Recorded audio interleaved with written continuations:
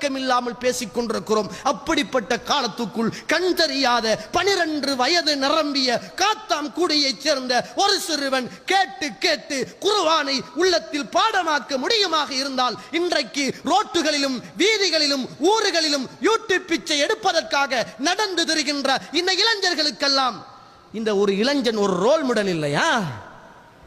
என்ன தோழர்களே, இது ரோல் மாடல் இல்லையா? ஏன் உங்களால மாற இயலாதா? உங்களால மியூசிக் இல்லாம வாழ இயலாதா? உங்களால பாட்டு படம் இல்லாம வாழ இயலாதா?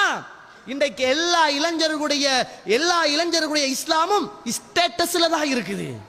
எல்லா இளைஞர்களுடைய இஸ்லாமும் ஸ்டேட்டஸ் நவீனத்துவப்படுத்தப்பட்டிருக்குது.